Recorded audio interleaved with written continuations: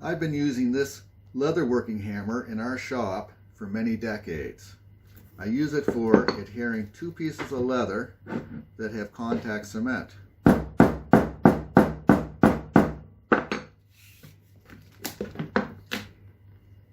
The convex shape of the hammer face prevents it from marring the leather.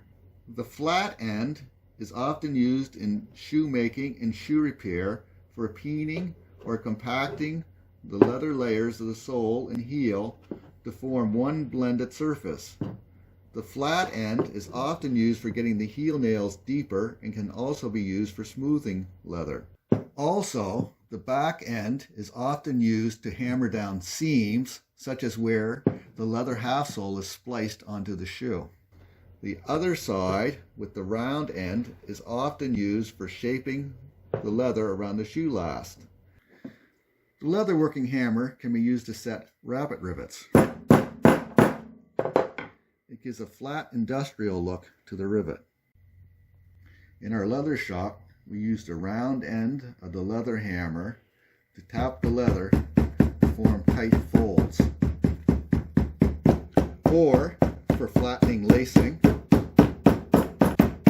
and for flattening stitching. This leatherworking hammer is made by C.S. Osborne in USA, who have been making quality tools for the leather industry since 1826. This shoe hammer is also made by C.S. Osborne. Here is another leatherworking hammer made by a well-known leather tool manufacturer called Ivan. This style is often referred to as a French hammer. You can see the neck is longer, which allows you to reach inside an item. The end of these two Osborne hammers is quite straight, while the Ivan hammer is more rounded.